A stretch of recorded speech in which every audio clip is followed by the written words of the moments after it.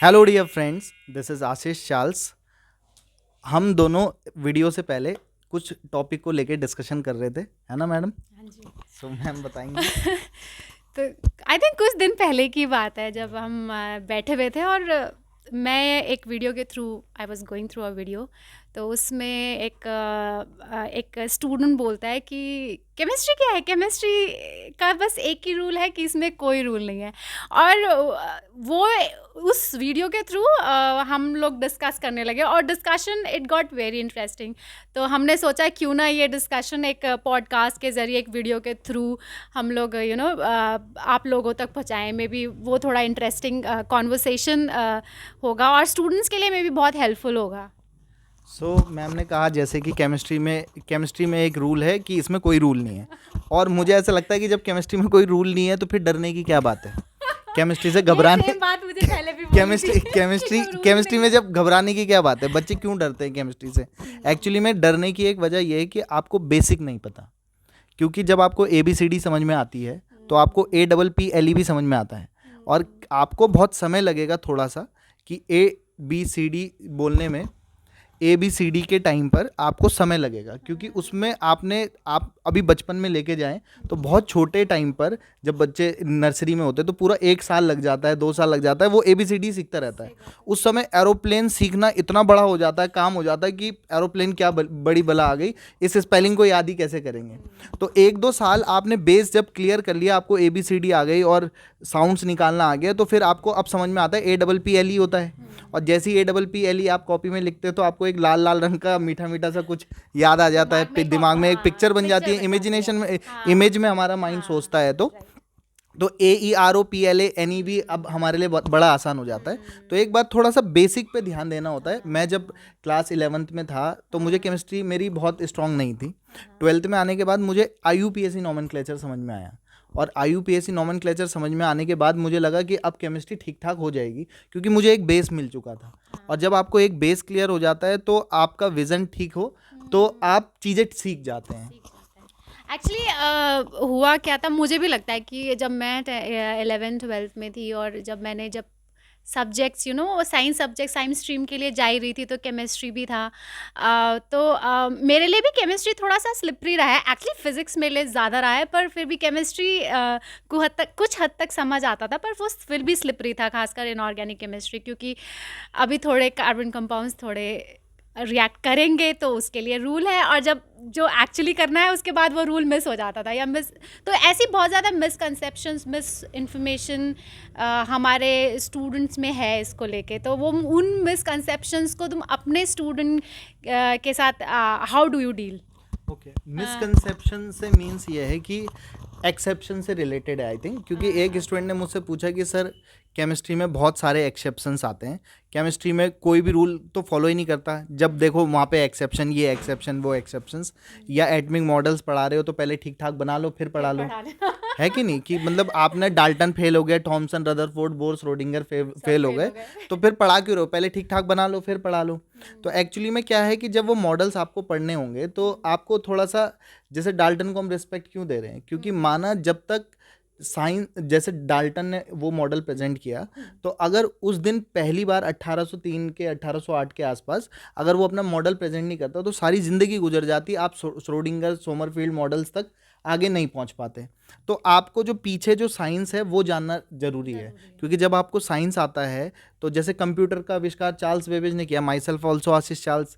सो Charles Babbage ने computer का आविष्कार किया, और वो आज इतना एडवांस हो चुका है कि आपके मोबाइल फ़ोन में सिर्फ बोल के सब कुछ हो जा रहा है। तो उस समय वो कंप्यूटर इतने बड़े रूम हॉल के बराबर कंप्यूटर था, वो इतना एडवांस भी नहीं था। लेकिन वो जो आपके पास मोबाइल फ़ोन है वो इतना एडवांस हो चुका है कि उसकी हद ही नहीं है, मतलब उस कंप्यूटर के कंपैरिजन में। लेकिन उस दिन अगर उसके माइंड में वो कंप्यूटर नहीं आया होता तो सारी ज़िंदगी गुजर जाती, आपके हाथ में आपका मोबाइल फ़ोन नहीं आता। तो क्योंकि वो जो कंप्यूटर है वो पीछे का साइंस है, और जो आपका मोबाइल फ़ोन है वो टेक्नोलॉजी का कमाल है। There is a difference between science and technology. Science पापा हैं और टेक्नोलॉजी उनकी औलादें हैं। क्योंकि जब पापा ही नहीं होंगे, पापा मम्मी नहीं है, तो फिर स्टूडेंट्स कहाँ से आएंगे, बच्चे Basically मतलब उनके base बच्चे है, कहाँ से आएंगे, मतलब हाँ। ना। तो आपके उनके बिना उनका कोई इंपॉर्टेंस नहीं है, चाहे इस बच्चा कितना भी बड़ा क्यों ना हो जाए, कितना ही सक्सेसफुल क्यों ना हो जाए, बट बिना पेरेंट्स के उसकी इंपॉर्टेंस हो नहीं सकती। तो साइंस के बिना उसकी इंपॉर्टेंस नहीं है। अब जैसे एक्सेप्शंस वाले की बातों को लेकर के करूं, तो एक्सेप्शन अपने आप में एक बहुत मिसकंसेप्शन या एक्सेप्शंस बहुत बड़ा टॉपिक है। तो मैंने केमिस्ट्री में देखा है कि केमिस्ट्री में जहाँ मैंने वीडियो देखी, जहाँ बच्चों से क्वेश्चन सुने, तो मोस्टली ये सुना कि chemistry is all about exception exception exceptions.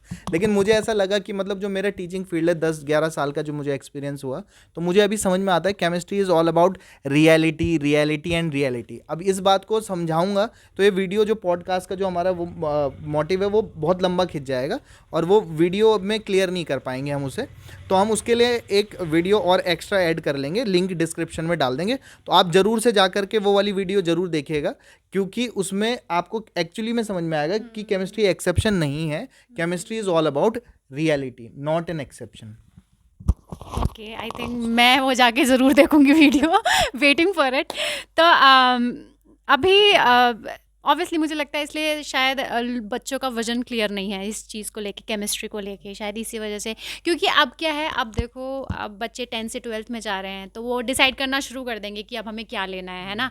और फिर आगे जाके 10th से 12th से कुछ लोग कॉलेजेस में जाएंगे, तो वो उनको क्या सब्जेक्ट ऑप्ट करना है, कैसे करना है, तो वो मेरे ख्याल से वो विजन क्लियर नहीं है उस विजन को लेके कि वो जो चीज़ वो ऑप्ट करने जा रहे हैं, चाहे वो केमिस्ट्री हो चाहे वो फिज़िक्स हो, उसको वो किस क्लियर माइंड से मतलब लें, एज अ सब्जेक्ट लें, क्या नोशन होना चाहिए उनके दिमाग में एज अ स्टूडेंट्स के।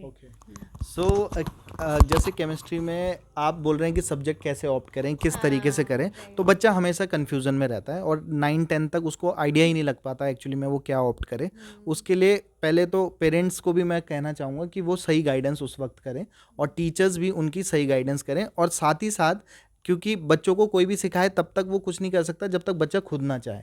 तो बच्चे को खुद मेंटलिटी इतनी डेवलप करनी पड़ेगी, क्योंकि आज का बच्चा टेक्निकल फील्ड से बिलोंग करता है, तो इतना एडवांस है कि उसको समझ में आता है। और एक्चुअली में मुझे इस बात के लिए, आपके क्वेश्चन के लिए, अब्राहम लिंकन की एक बहुत अच्छी APJ अब्दुल कलाम की बड़ी अच्छी लाइन याद आ रही है कि अब्दुल कलाम ने कहा था कि हमारी इंडिया का जो पावर है, जो हमारी इंडिया की जो मेन जो ताकत है, वो आज का हमारा यूथ है।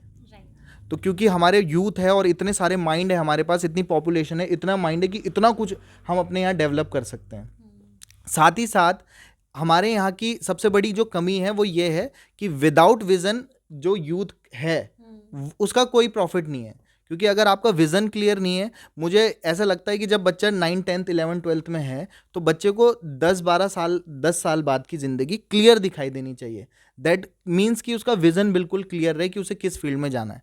ऐसा नहीं है जब भी आपको सब्जेक्ट ऑप्ट करना होता है, 10th के बाद 11th में आप ऑप्ट करते हो, तो आपके पास मेनली 3 ऑप्शंस आते हैं कि आर्ट्स, कॉमर्स या साइंस स्ट्रीम में जाना है। तीनों ही स्ट्रीम में कोई प्रॉब्लम नहीं है, तीनों ही अपने आप में बेस्ट हैं। इवन मतलब माना कि अगर कोई हिंदी का भी टीचर बनेगा तो उसको भी सैलरी उतनी मिलेगी, साइंस के टीचर को भी उतनी सैलरी मिलेगी स्कूल में या कॉलेजेस में।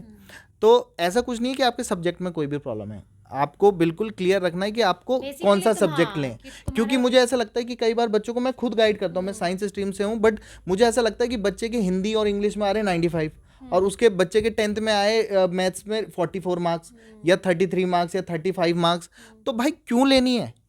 क्योंकि अगर ऐसा, हाँ, जो आसपास का वातावरण है कि साइंस ये है कि मुझे भी जाना है, सही बात, ये रहता है। लेकिन एक्चुअली में उस बच्चे को मैं उस चीज़ के लिए वो बोलना चाहूँगा कि जैसे ही आप 9-10 में आते हो, थोड़ा सा अपने आप को समय दो, बाकी इधर उधर पे ध्यान ना दें, अपने फ्रेंड्स पे, वो आगे जा करके मतलब उस चीज़ पे काम करे कि आपका विज़न बस क्लियर हो। मैं यही कहना चाहूँगा कि विज़न क्लियर होगा तो सब क्लियर हो जाएगा।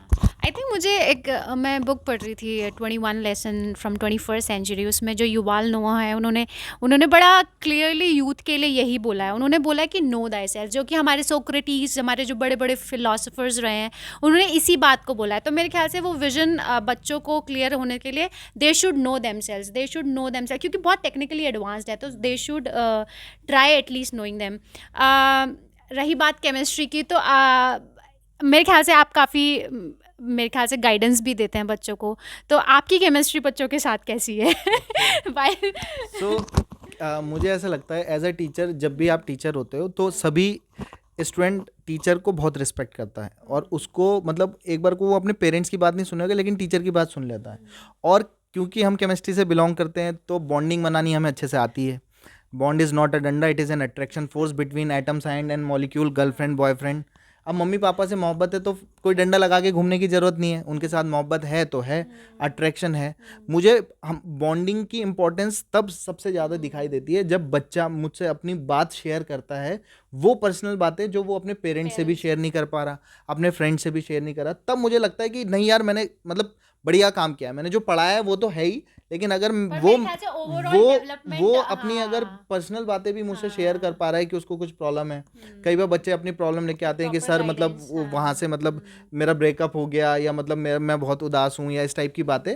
तो और मुझे नींद नहीं आ रही है, तो मुझे बड़ा वो लगता है कि इसमें प्रॉब्लम नहीं है। अगर आपका पहली बार आपको मोहब्बत हुई और पहली बार आपका दिल टूट गया सपोज, और आपको नींद भी आ रही है, तो प्रॉब्लम है ना। अब आपका पहली बार ब्रेकअप हुआ और आपको नींद भी आ रही है, तो दिक्कत है। नींद नहीं आ रही है तो इसमें प्रॉब्लम थोड़ी है, ये तो नॉर्मल सी बात है। तो आपके लेवल पर जब आप एज लेवल पे रहते हैं तो नॉर्मली बच्चों को मेंटेलिटी थोड़ी मैच्योर नहीं रहते, तो उसको मैच्योरनेस तो समय के साथ ही आता है, ऐसा नहीं है। और बाकी आपकी लाइफ के एक्सपीरियंसेस आपको बहुत कुछ सिखाते हैं। सही बात है। ओवरऑल डेवलपमेंट और उनके गाइडेंस में भी आप काफ़ी हेल्प करते हैं। आई थिंक टीचर का बहुत बड़ा रोल होता है। उसका it's not just about subject, it's about personality development, उनका ओवरऑल ग्रोथ, उनका सब्जेक्ट में गाइडेंस नहीं पर लाइफ में भी guidance. That is a very good thing, kudos to you. तो अब मेरे को एक बात और पूछनी थी कि जो बच्चे स्ट्रगल कर रहे हैं, यू नो, अब हर क्लास में फ्रंट बेंचर होता है, मिडिल बेंचर होता है और एक बैक बेंचर होता है। तो उन क्योंकि हर तरह के हर अलग अलग ग्रेड के लोग आते हैं, हर अलग अलग ग्रेड स्कोर करते हैं लोग सब्जेक्ट में। तो उन स्ट्रगलिंग स्टूडेंट्स के लिए क्या टिप्स आप यूज़ करते हैं, या फिर एज अ टीचर जब आप पढ़ा रहे होते हो तो क्या टैक्टिक्स होती हैं जो आप अपनाते हो इन ऑर्डर टू कि जो हर ग्रेड का बच्चा, हर बेंच का बच्चा आपको समझे, मतलब वो स्ट्रगल ना करे उस सब्जेक्ट के लिए, तो वो क्या टिप्स हैं? तो एक्चुअली में जो बैक बेंचर और ये फ्रंट बेंचर की जो बातें हो रही है, एक्चुअली मुझे ऐसा लगता है ऐसा नहीं है कि ऐसा नहीं है कि फ्रंट में बैठा हुआ बच्चा ही होशियार है, बैक में बैठा ही बच्चा बेवकूफ़ है। ऐसा नहीं है। एक्चुअली में कई बार पीछे वाला ज़्यादा जानता है, और इवन जो फर्स्ट बेंचर वाले होते हैं वो नियम कायदे कानून के साथ चलने वाले बच्चे होते हैं, और जो पीछे वाले जो बच्चे होते हैं उनमें क्रिएटिव लेवल जो होता है वो बहुत एडवांस होता है। क्योंकि वो क्या है कि वो नियम कायदे कानून से भिड़ करके और नई चीज़ें बनाने की कोशिश करके वो बहुत कुछ कर जाते हैं। उनको प्रॉपर अगर सही वे में गाइडेंस किया जाए तो वो ठीक रहते हैं। क्योंकि अभी उनको माना सपोज किसी बच्चे को पढ़ाई में इंटरेस्ट नहीं है और वो पीछे बैठा है, वो थोड़ा एंजॉय कर रहा है, तो उस क्लास को अगर बहुत ज़बरदस्त बना दिया जाए, कॉमेडी के साथ बना दिया जाए, जैसे मैंने एक टॉपिक पे वीडियो भी बनाया है वेपर प्रेशर को लेके। अब pressure is exerted by vapour is known as vapour pressure. तो वेपर के द्वारा जो प्रेशर लग रहा है उसे वेपर प्रेशर कह रहे हैं। तो मैं उसे कॉमेडी में थोड़ा सा कर लेता हूँ कि जेम्स वॉट ने देखा कि उसने वो पानी गर्म किया, बॉईल किया और ढक्कन पलट गया, तो उसे पता लगा कि भाप में ताकत है कि ढक्कन को पलट पा रहा है कि नहीं। तो उसने इतना दिमाग लगा करके उसने स्टीम इंजन का आविष्कार किया, और दुनिया की मुझे लगता है सबसे बड़ी रेलगाड़ी उसने उससे चला दी। प्लेन में प्राइवेट जेट हो सकता है, प्राइवेट ट्रेन में कोई घूमता नहीं है, क्योंकि उसके पास इतना बड़ा ट्रेन उसने स्टीम इंजन से चला दिया। मतलब भाप में इतनी ताकत है कि स्टीम इंजन को चला पा रहा है, वेपर के प्रेशर से ही तो चल रहा है। और कुछ नहीं तो मोमो तो बन ही जाते हैं। अब इस तरीके की कॉमेडी बातें करो तो बच्चा इंटरेस्टेडली तो मतलब सब कुछ कर लेता है। फन वे में अगर आप समझाएं और इजी टू अंडरस्टैंडेबल हो, मेरे ख्याल से कुछ भी चीज़ मुश्किल नहीं होती समझना, just the way you make them understand, वो ज़्यादा इम्पोर्टेंट होता है। और हम लेंगे। मुझे याद आ रहा है कि आप बच्चों को टिप्स को लेकर के कुछ कह रही थी कि उनको टिप्स पे गाइड किया जाए बच्चों को, है ना। हाँ, तो वो क्वेश्चन मेरे माइंड में आ रहा है अभी कि जो लास्ट टाइम डिस्कस कर रहे थे। तो टिप्स में स्टूडेंट्स को यही देना चाहूँगा कि एक तो सबसे पहले आप स्टूडेंट का विज़न क्लियर हो। दूसरा, कई बार हमको कुछ आता नहीं है, मतलब हमारा एक्सपीरियंस जब हमें कुछ नहीं आता तो हम बड़े उसमें रहते हैं, बिल्कुल ऐसा रहता है कि मुझे आता है। अभी माना कि जब मैंने स्टार्ट किया था तो स्टार्ट करने पर मुझे ऐसा लगता था कि मैं काफ़ी कुछ जानता हूँ, लेकिन आज 10 साल 11 साल टीचिंग एक्सपीरियंस के बाद मुझे लगता है मुझे बहुत कुछ सीखने की ज़रूरत है। पहले मुझे हाँ, वो हम्बलनेस रहना ही चाहिए। और क्योंकि जब स्टार्टिंग पॉइंट आता था तो मुझे कोई सिखाता था, मुझे ऐसा लगता था भाई मेरे को आता है, तेरे से ज़्यादा मुझे मत सिखा टाइप। और अभी 10 साल के बाद 11 साल के बाद मुझे ऐसा लगता है जब कोई मुझे गाइड करता है, मुझे लगता है इससे बेहतर इंसान मेरी ज़िंदगी में कोई है नहीं, क्योंकि वो मुझे प्रॉपरली गाइड कर रहा है। तो आप हमेशा सीखते रहें और कभी भी ये ना सोचें कि मेरे को आ गया, क्योंकि और उस घमंड में ना रहें कि मेरे को आता है। क्योंकि मैंने कई स्टूडेंट को देखा कि उन्हें ऐसा लगता है, वो दिखाते हैं कि हमको आता है। भाई आप 10th 11th में पढ़ रहे हो, आप BSc MSc पढ़ा रहे हो, तो आपसे ज़्यादा जानते होंगे।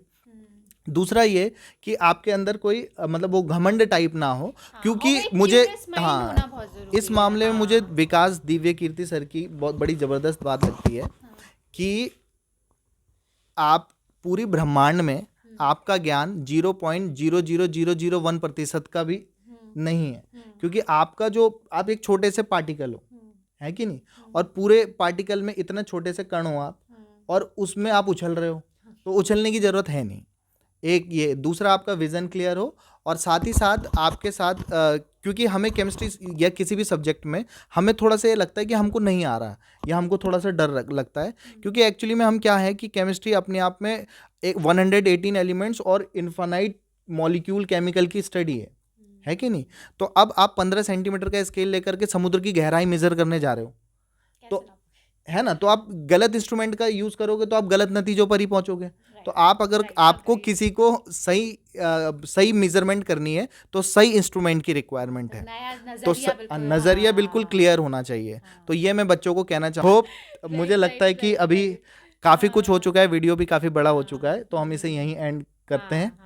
और कुछ तो नहीं है डिस्कशन के लिए? तो मतलब टेक अवेज मेरे ख्याल से जो इम्पोर्टेंट मैसेज हमारे इस ब्रॉडकास्ट के थ्रू जो बेसिकली है is be humble, be curious and all.